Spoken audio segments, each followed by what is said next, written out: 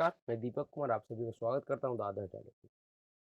दोस्तों, राष्ट्रपति जी के अभिभाषण के बाद राहुल गांधी जी का जो लोकसभा में भाषण हुआ, उन्होंने जो अपना ज्ञान पूरे भारत जोड़ो यात्रा का जो मिश्रित ज्ञान जो लोकसभा में भाषण के रूप में दिया, आप सभी ने उसको सुन के क्या समझा? क्या आपने सिर्फ मनोरंजन किया या उनके भाषण को समझे? अगर आपने नहीं सुना, तो आप राहुल गांधी जी के उस पूरे भाषण को ज़रूर सुनिएगा। क्योंकि राहुल गांधी जी ने अपने इस भाषण में अपने एक समझौता का पूर्ण रूप से खुलासा किए हैं, जिस पे शायद अभी तक किसी व्यक्ति का ध्यान नहीं गया है, जो ज़रूर जाएगा। दरअसल राहुल गांधी जी ने लोकसभा में पूरे 45 मिनट भाषण दिए, जिसमें से कुछ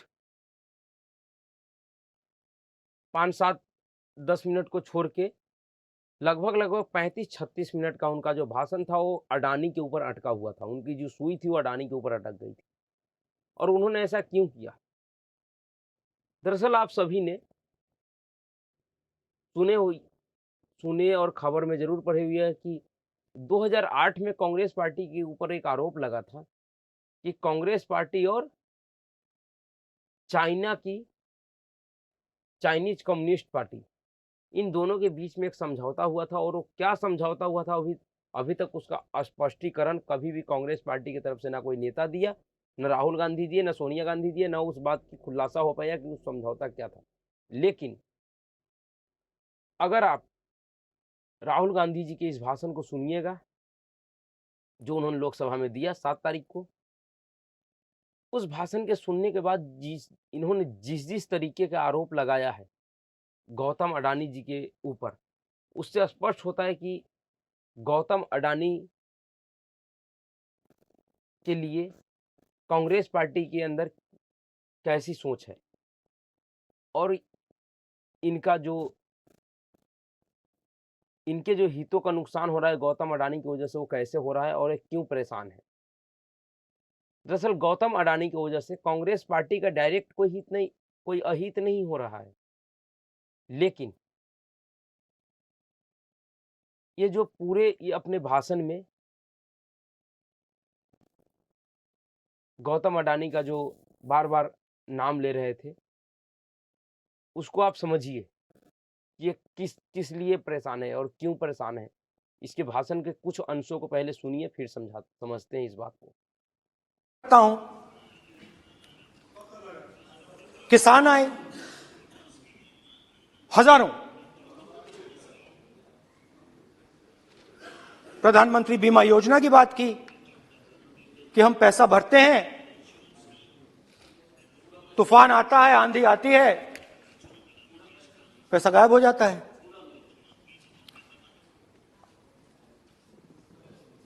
किसानों ने यह भी कहा कि हमारी जमीन छीन ली जाती है, हमें सही रेट नहीं मिलता। दरअसल ये इसमें कह रहे हैं कि इनसे यात्रा के दौरान बहुत से किसान मिले, जिन्होंने इनसे शिकायत किया कि हमें जो किसान फसल बीमा योजना करते हैं उसका पैसा नहीं मिलता है और मेरा ज़मीन है वो ज़बरदस्ती ले लिया जाता है और उसकी उचित मुआवज़ा नहीं दिया जाता। तो इन आरोपों के जवाब में आपको एक और वीडियो सुनना चाहिए, जो केंद्रीय मंत्री स्मृति ईरानी जी का है। इससे आप स्पष्ट हो जाइएगा कि ये किस तरह के लोग हैं और एक किस तरह के झूठे आरोप बयानबाजी करते हैं संसद में भी। दरअसल इनके पीछे की मानसिकता क्या है, इनका असली चेहरा क्या है। आज मैंने भाषण सुना, वो मैजिक ऑफ नंबर्स की बात कर रहे थे। 50 लाख से लेकर 90 करोड़ की यात्रा का उल्लेख कर रहे थे। अब हम संसदीय क्षेत्र जो मुख्यतः ग्रामीण है वहां से हैं, एक मैजिक वहां भी हुआ। और महोदय, आपकी अनुमति से निशिकांत जी ने आज कहा वो सब ऑथेंटिकेट कर सकते हैं, कुछ कागज मैं भी लाई। 1981 में एक फाउंडेशन ने, जो काफी विख्यात है अमेठी में, उन्होंने लगभग 40 एकड़ जमीन ली और वहां की सरकार से कहा, तब सरकार किसकी थी, जो इतिहास के विद्यार्थी हैं वो भलीभांति जानते हैं, उसकी प्रति मेरे हाथ में है। वहां पर यह कहा गया कि आप जमीन दे दो 40 एकड़ हमें और हम अमेठी की गरीब जनता के लिए एक मेडिकल कॉलेज बना देंगे। अब 40 एकड़ जमीन का मैजिक 623 रुपए में।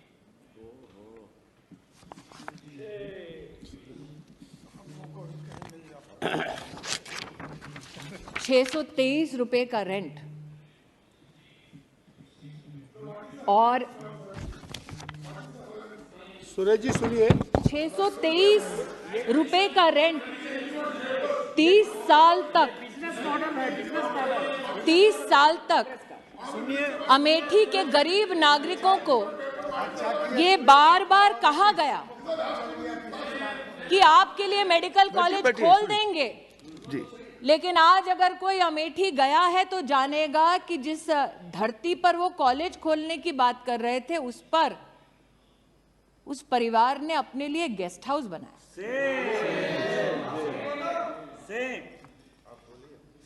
मैंने किस तरह के लोग हैं? 40 एकड़ जमीन, आप कल्पना कीजिए कि अगर 40 एकड़ जमीन कोई आम आदमी या आप खुद अगर लीज पे लेते तो आप उसका कितना सालाना किराया दीजिएगा? मैं तो इतना कल्पना भी नहीं कर सकता हूँ, क्योंकि हम लोग ऐसे काम अभी तक नहीं किए हैं। लेकिन एक अनुमानता है कि कम कुछ नहीं तो लाखों रुपये में जरूर होगी। पर इन्होंने 40 एकड़ जमीन उस गरीब किसानों को बेवकूफ बना के, उससे छल करके, उनसे धोखे से मेडिकल कॉलेज के नाम पे लिया। लेकिन उन्होंने वहां पे क्या बनवाया? अपना फार्म हाउस। और उसका किराया कितने देते हैं? 623 रुपया सालाना, या महीना भी होगा तो भी कोई ज्यादा नहीं है। पर फिर भी ऐसे लोग अगर किसान के ऊपर बोलेंगे, उनके जमीन के ऊपर बोलेंगे, तो कोई भी इनके बातों पर विश्वास करेगा? तो जो इनकी पप्पू वाली छवि है वो छवि कैसे सुधरेगी? ये जो करोड़ों रुपया 60-60 कंटेनर, एसी वाली कंटेनर लेके जो इनके पीछे लगे रहे कि इनके छवि को सुधार देना है, ये तो और बेड़ा गर्क कर रहे हैं। संसद में खड़ा होकर अपने आप को और एक्सपोज कर रहे हैं खुद ही। दूसरी बात इन्होंने क्या बोला उसको भी सुनना जरूरी है। अदानी जी इंफ्रास्ट्रक्चर, अच्छा हम सड़क पे चल रहे हैं, मैं पूछूं किसने बनाई? अदानी जी। तो लोगों ने यह भी पूछा कि राहुल जी, ये जो अदानी जी जो हैं, इनकी सफलता कैसे हुई? ये इतने बिजनेसेस में कैसे घुस गए? इतनी सफलता कैसे प्राप्त हुई? और सबसे जरूरी सवाल, इनका हिंदुस्तान के प्रधानमंत्री के साथ क्या रिश्ता है और कैसा रिश्ता है? देश जानना चाहता है, तो देश जानना चाहता है। ये देखिए रिश्ता। जी हाँ, इन्होंने जो कहा कि जहां भी जाते हैं, जिस सड़क पे जाते हैं, पूछते किसने बनाया तो अडानी जी ने बनाया। जो भी काम पूछते किसने किया तो अडानी जी ने किया। तो इनसे जो ये पूछ रहे थे कि अडानी जी इस तरह के बिजनेस कैसे कर पाते हैं, कैसे वो जिस बिजनेस करते हैं वो कामयाब हो जाते हैं, इनसे अडानी जी के बारे में तो लोगों ने पूछा, पर इनसे अपने जीजा जी रॉबर्ट वाड्रा के बारे में किसी ने नहीं पूछा। जिस रॉबर्ट वाड्रा के ऊपर कितने गंभीर आरोप है,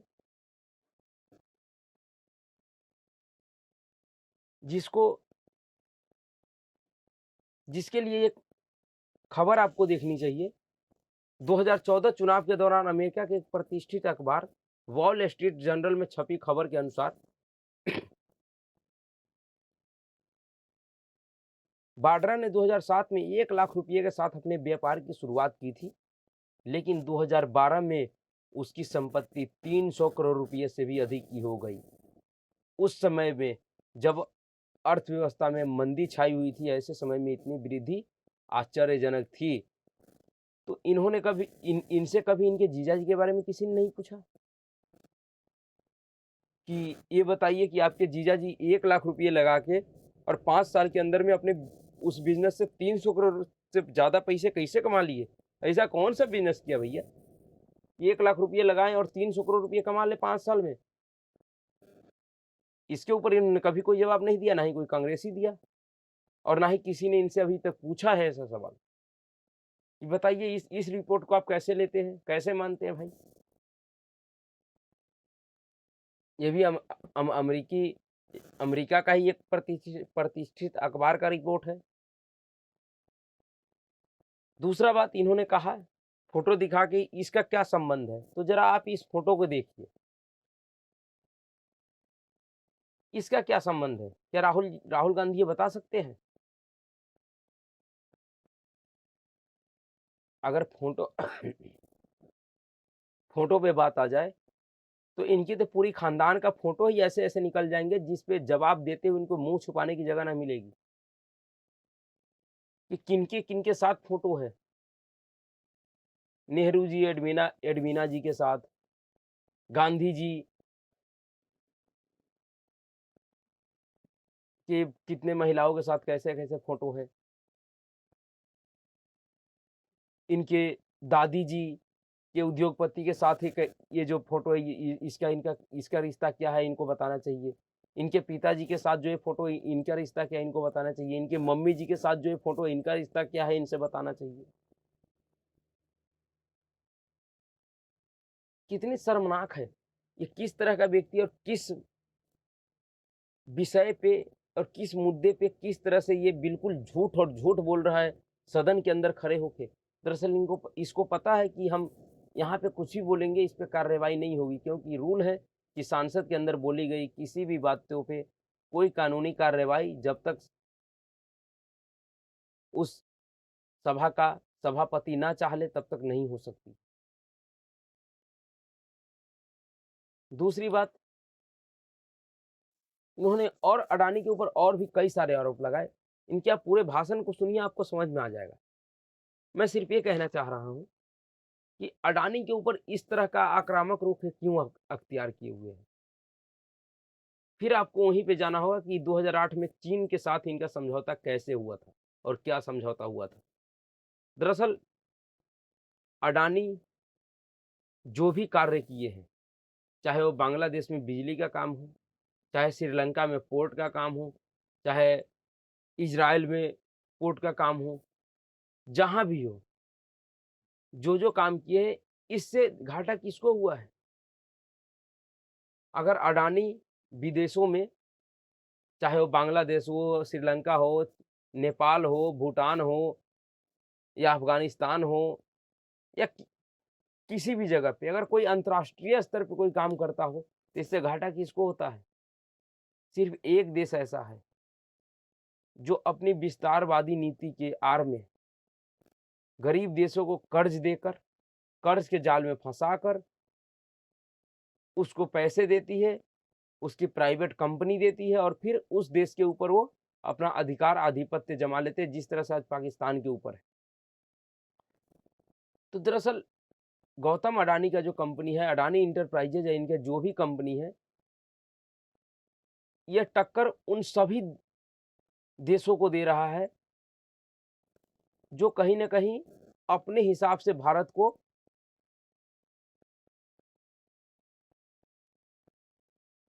उपयोग करता था अपने फायदे के लिए। उसमें सबसे ज्यादा चीन, क्योंकि चीन एक ऐसा कंपनी है जो हर एक तरह से भारत को कमजोर करने में हमेशा लगा रहता है। और गौतम अडानी अगर विदेशों में इन्वेस्ट करते हैं जिससे अगर चीनी कंपनी को, चीन के सरकार को घाटा होता है, तो यह बात राहुल गांधी जी को बर्दाश्त नहीं है। इसीलिए इन्होंने आज अपने पूरे भाषण में अधिकतर समय अडानी के ऊपर आक्रामक रहे, क्योंकि अडानी से कहीं ना कहीं और अडानी के कंपनियों ने कहीं ना कहीं चीन को बहुत बड़ा झटका दिया है, चाहे वो श्रीलंका में हो या बांग्लादेश में हो। और उसी झटके का सदमा है जो राहुल गांधी को लगा हुआ है। ये एक बात और कह रहे हैं अडानी अडानी के लिए, इसको भी सुनिए पहले, फिर इस पे हम बात करते हैं। डिफेंस से शुरू करते हैं, बहुत ऑप्शन है, आप बताइए कहां से शुरू करें। बिजली, डिफेंस, कोयला, बहुत ऑप्शन है। Coal, defence, let us start with defence. अब डिफेंस में अदानी जी का कोई एक्सपीरियंस नहीं था, जीरो एक्सपीरियंस। कल मैंने ये कह रहे हैं डिफेंस में जो कार्य कर रहे हैं अडानी जी, उसमें इसको कोई एक्सपीरियंस नहीं था। तो एक्सपीरियंस तो उस संजय गांधी को भी नहीं था जब उसको मारुति कार बनाने की कंपनी का लाइसेंस दिया गया। कितना क्या एक्सपीरियंस था संजय गांधी जी का? वो कोई इंजीनियर थे कार का, मारुति का, या उससे पहले कहीं उनकी कोई कंपनी थी, या वो किसी कंपनी में नौकरी किए थे? कोई कहीं कुछ नहीं। फिर उसको ठेका कैसे मिला भाई? किस एक्सपीरियंस के आधार पे ठेका मिला? किस एक्सपीरियंस के आधार पे उसको लाइसेंस मिला मारुति कार बनाने का? दरअसल राहुल गांधी को परेशानी इस बात से नहीं है कि अडानी या देश का कोई दूसरी कंपनी डिफेंस के क्षेत्र में काम करे। इनको दिक्कत ये है कि जो ये पहले जो 2004 से 2012-14 के बीच में जो इनका डिफेंस डील था, जिसमें इनका कित्रोची मामा जो अभी भारतीय जेल में है, अगस्ता बेफोर्स घोटाले में या और अगस्ता लैंड हेलीकॉप्टर घोटाले में जो जेल में है, जो कट मनी इनको मिलता था। क्योंकि देखिए, अगर देश में ही अगर उत्पादन होने लगेगा कोई चीज, चाहे कोई भी कंपनी करना शुरू कर देगा, तो हमें विदेश से नहीं मंगाना होगा। और जब हमें विदेश से नहीं मंगाना होगा तो हमें जो दलाली जो कांग्रेस पार्टी को उस टाइम पे मिलती थी, वो दलाली नहीं मिलेगी, बंद हो जाएगी। दरअसल मेन परेशानी इनको यहाँ पे इस बात से कि अडानी क्यों ऐसा काम कर रहा है। वो इस तरह का डिफेंस के लिए कोई भी चीज क्यों बना रहा है? क्योंकि अगर देश में बनेगी तो इनको दलाली नहीं मिलेगा। इनकी परेशानी यहाँ भी है। और दूसरा परेशानी ये है कि अगर हमारे देश में अगर कोई चीज उत्पादन होता है तो उससे विदेश से जो हम उसे खरीदते थे वो हम खरीदना बंद कर देंगे, जिससे हमारी पैसे की बचत होगी और उस देश के ऊपर हमारी निर्भरता भी खत्म हो जाएगी। उस कंपनी का बादशाहत भी हमारे बाजार में खत्म हो जाएगा। और कांग्रेस पार्टी और राहुल गांधी ये नहीं चाहते हैं। ये चाहते हैं कि भारत सिर्फ हमेशा एक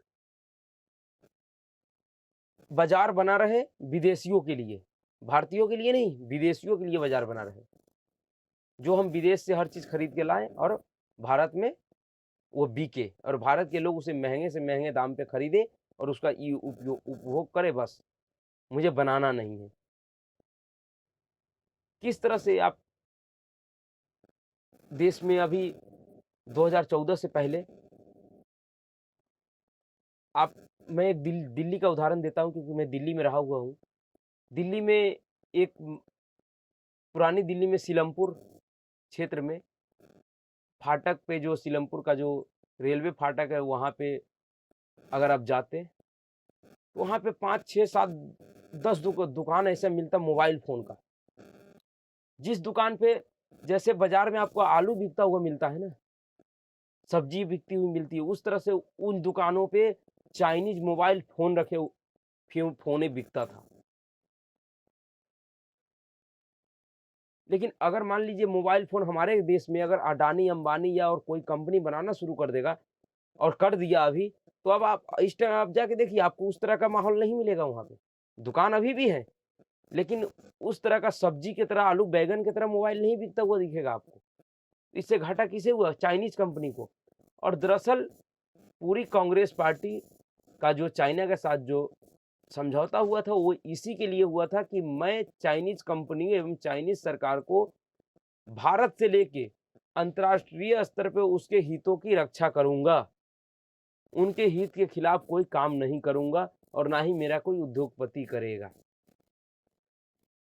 जिसको आज भारत सरकार के मदद से, क्योंकि बिना सरकार के मदद से कोई भी उद्योगपति कहीं भी देश से बाहर या देश के भीतर भी कोई उद्योग धंधा नहीं कर पाता है और नहीं कर पाएगा जब तक उसको सरकार की सहायता नहीं मिलेगी। क्योंकि पैसा वो लगाएगा लेकिन प्रशासनिक सहायता या जो कागजी कार्रवाई में जो सहायता है वो सरकार ही करेगी। तो आज जो भारत सरकार जिस तरह से भारतीय कंपनियों को सहायता दे रही है और जिसके वजह से भारतीय कंपनी देश से लेके विदेश अंतर्राष्ट्रीय स्तर पे अच्छा कार्य कर रही है, जिससे कहीं ना कहीं चाइनीज कंपनियों और चीन की कम्युनिस्ट पार्टी का जो विचारधारा, जो विस्तारवादी विचारधारा है, उसको कहीं ना कहीं झटका लगा है। उसे उसके राह में जो रोड़ा बना हुआ है अडानी ग्रुप, इस बात को लेके कांग्रेस पार्टी और राहुल गांधी को बहुत ही बड़ी परेशानी है। नहीं तो अगर सच में अगर इनको किसी और बात से दिक्कत होती, लोगों की पैसा, इनको LIC पे भी बहुत परेशान थे ये, और इस भाषण में इन्होंने LIC का भी जिक्र किया है कि, और उससे इसी भाषण में इन्होंने एक बात का और जिक्र किया है कि इस देश में रिसर्च होना चाहिए कि किस तरह से सरकारी नियम ऐसा बनाया जाए जिससे उद्योगपतियों का सहायता किया जाए। तो इस तरह का नियम तो खुद इनके जो परनाना नाना पंडित जवाहरलाल नेहरू और इनकी दादी इंदिरा गांधी के टाइम में बन चुका है, और उसको समझने के लिए आपको ये निशिकांत दुबे जी का ये भाषण जरूर सुनना चाहिए, जो इनको लोकसभा में ही उसी टाइम जवाब दिया था। भारत स्वतंत्र हुआ। आप ये देखें कि स्कूटर कौन बनाएगा? कांग्रेस पार्टी के जमनालाल बजाज जी की फैमिली बनाएगी या नंदा जी की फैमिली बनाएगी, जो कि कांग्रेस के सदस्य थे। मैं लाइसेंस परमिट कोटा की बात कर रहा हूं। अखबार कौन चलाएगा? रामकृष्ण गालमिया जी जो कांग्रेस के मेंबर थे वो टाइम्स ऑफ इंडिया चलाएंगे, जो बिरला जी हैं वो हिंदुस्तान टाइम्स चलाएंगे। जो बिरला जी थे जो कि कांग्रेस पार्टी को चंदा देते थे जहां महात्मा गांधी रुकते थे, सर आप ये बताइए सर, आप ये बताइए कि उनको जो है सीमेंट की इंडस्ट्री कौन डालेगा? एम्बेसडर कार कौन बनाएगा? मारुति यदि आएगा तो उसमें उनके परिवार के सदस्य जो है, जो राहुल गांधी जी के चाचा थे, उनकी पार्टनरशिप कैसे होगी? लाइसेंस परमिट कोटा राज, और उसके ऊपर एक नहीं, उन्हीं की 3 कमेटी की रिपोर्ट लेकर आया, और मैं सब ऑथेंटिकेट करने के लिए इस पार्लियामेंट में आया हूं।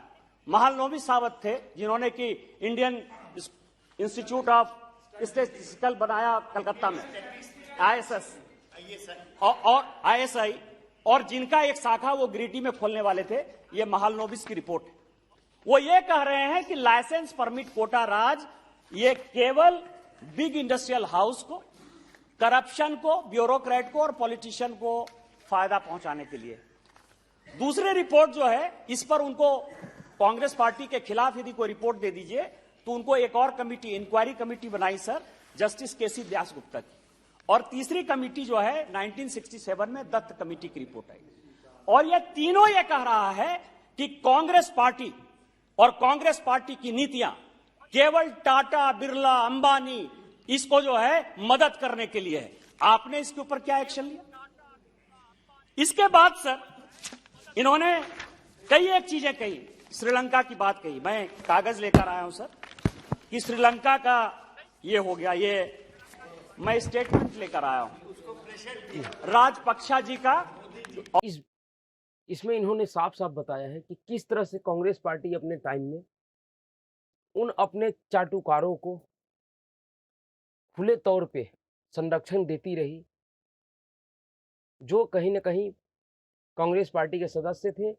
उस समय उनको कोई दिक्कत नहीं था, तो इनको तो पहले उस बात का जवाब देना चाहिए कि ऐसा नियम इन्हीं के खानदान वालों ने बनाया ना। और ये अपने भाषण में मुंबई एयरपोर्ट का भी बात कर रहे थे कि मुंबई एयरपोर्ट को अडानी ग्रुप को दे दिया गया। दरअसल अडानी ग्रुप को सरकार ने नहीं दिया, सरकार ने जिस कंपनी को दिया था उस कंपनी से अडानी ग्रुप ने खरीदा, उनके शेयर को खरीद के उन्होंने उसका मालिक बना। लेकिन कांग्रेस पार्टी ने दिया किसे था, और वो भी कब दिया था? 2005 में, 2005-6 में। उस समय का भी एक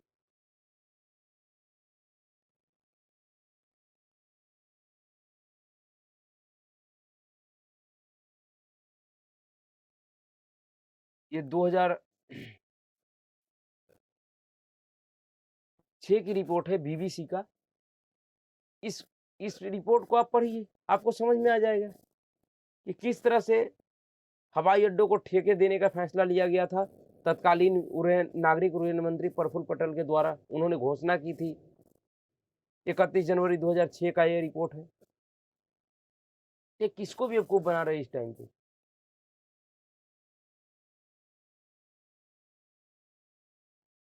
दूसरी बात, ये जिस LIC के लिए कह रहे हैं, उस LIC के लिए भी आप देखिए 1951 में एक घोटाला हुआ था जिसको मुदंडा स्कैंडल के नाम से जाना जाता है। वो घोटाला क्या था? वह LIC में सीधे सीधे जवाहरलाल नेहरू के संरक्षण में वो घोटाला करवाया गया था, और कांग्रेस उस सरकार के कहने पे आज जो ये चिल्ला रहे हैं कि LIC का पैसा कंपनी में क्यों लगाया जा रहा है, इन्होंने कभी जवाहरलाल नेहरू से पूछा या किसी कांग्रेसी ने इस बात को बताया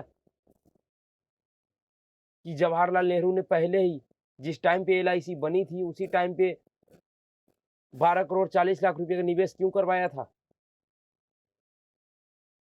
दरअसल कलकत्ता के उद्योगपति हरिदास मुदंडा को आजाद भारत के पहले ऐसे घोटाले के बतौर याद किया जाता है जिसे तब के प्रधानमंत्री जवाहरलाल नेहरू से जोड़कर देखा गया। 1957 में मुदंडा ने सरकारी इंश्योरेंस कंपनी LIC के जरिए अपनी 6 कंपनियों में 12 करोड़ 40 लाख रुपए का निवेश कराया। यह निवेश सरकारी दबाव में LIC के इन्वेस्टमेंट कमेटी की अनदेखी करके किया गया।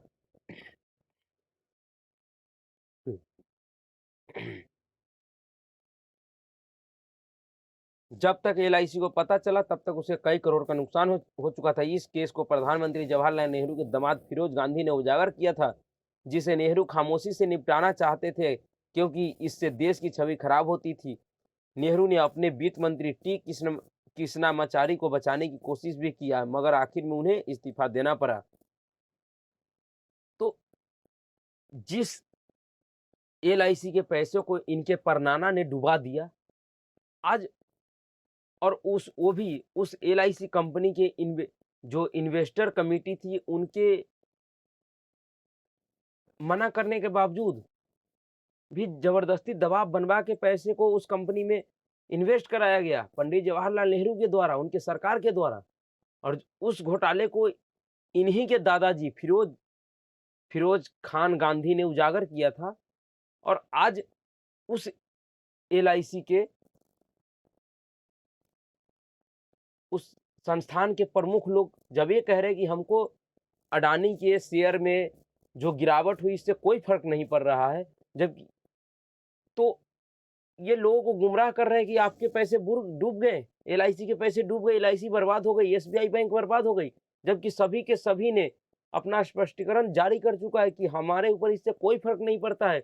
बाकायदा बैंक ऑफ बड़ौदा ने तो यहाँ तक कह दिया है कि इस हालात में भी अगर आगे अडानी समूह की तरफ से हमारे पास कोई लोन के लिए कोई एप्लीकेशन आता है तो हम उस पर विचार करेंगे, हम उसको लोन देने में मना नहीं करेंगे क्योंकि हमें इससे कोई दिक्कत नहीं है। फिर भी ये अडानी समूह के पीछे पड़े हुए राहुल गांधी और कांग्रेस पार्टी।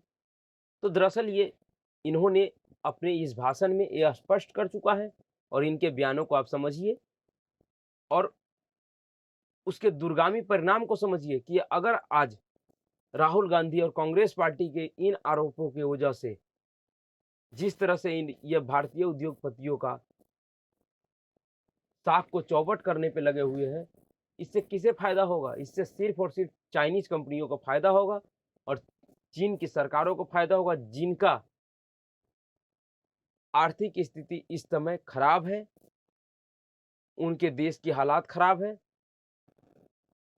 जिससे वो चाहते हैं कि हमें इस तरह के चाइनीज दलाल और एजेंट हर एक देश में मिल जाए, जो कहीं ना कहीं हमारे आर्थिक स्थिति को सुधारने में मदद करे। और उसी काम में ये राहुल गांधी लगे हुए हैं।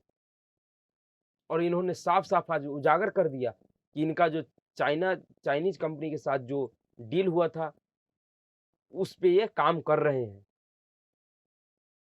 और उसके लिए इनको जो करना पड़ा, चाहे भारत में जो भारतीय उद्योगपति है उसमें से किसी का भी अगर कैरेक्टर को खराब करना पड़ा, उसके शेयर को, उसके इंटरनेशनल छवि को खराब करना पड़ा, तो ये इससे पीछे नहीं हटेंगे, ये करेंगे। दरअसल कांग्रेस पार्टी अब एक ऐसी पार्टी हो गई है जो इस देश के लिए ही एक नासूर बन गई है। इस देश को तबाह और बर्बाद करने के लिए कुछ भी कर सकती है। आप खुद देखिए जो वीडियोकॉन का मालिक जिसका अभी गिरफ्तारी हुआ है, उसकी गिरफ्तारी क्यों हुई? इतने खराब क्रेडिट के बावजूद उसे 2010-12 में 34-35 करोड़ रुपया कर्ज दे दिया गया। क्यों दे दिया गया भाई? आप जो इस समय आप पूछ रहे हैं कि अडानी ग्रुप में पैसा क्यों लगा दिया गया, तो इस वेणुगोपाल धूत को इतना पैसे का कर्ज क्यों दिया गया भाई? ये किसका पैसा था? क्या कांग्रेस पार्टी का पैसा था या राहुल गांधी का पैसा था? और जो पैसा बुर गया, आज उस मामले में ये वेणुगोपाल धूत जेल में है। इसके ऊपर आरोप क्या था? 2010 और 12 के बीच वीडियोकॉन समूह को बैंक द्वारा ऋण दिए जाने के कुछ महीनों बाद बदले में न्यू पावर रिन्यूएबल में 64 करोड़ रुपए का निवेश किया गया था। जांच में पता चला कि वीडियोकॉन ग्रुप को 3550 करोड़ रुपए का बैंक लोन देने के मामले में निवेश किया गया था, और सीबीआई ऋण को एक सीमित समिति द्वारा मंजूरी दी गई थी, जिसमें चंदा कोचर एक सदस्य थी। दरअसल 2012 में आईसीआईसी बैंक का जब कमान चंदा कोचर ने संभाला, तब उन्होंने वीडियोकॉन ग्रुप को 3250 करोड़ रुपए का लोन दिया था, और इसके बदले में चंदा कोचर के पति दीपक कोचर की कंपनी न्यू रिन्यूएबल को वीडियोकॉन से निवेश मिला, 64 करोड़ रुपए का निवेश मिला। तो किस तरह का गोल गपारा ये लोग करते रहे, इन्होंने कभी उसमें जवाब नहीं दिया। लेकिन इनको अडानी ने क्या किया, जब अडानी के ऊपर एक झूठे रिपोर्ट और झूठे तथ्य के आधार पे इन लोग अडानी के पीछे इस तरह से पड़ गए हैं जैसे कि अडानी कोई बहुत बड़ा क्राइम कर दिया, अडानी इस देश का पैसे लेके भाग गया। इनके कामों को, इनके बातों को समझा जाए तो यह अब स्पष्ट हो चुका है कि ये अपने चीन के साथ किए गए एजेंडे पे काम कर रहे हैं। आज के लिए इतना ही। नमस्कार।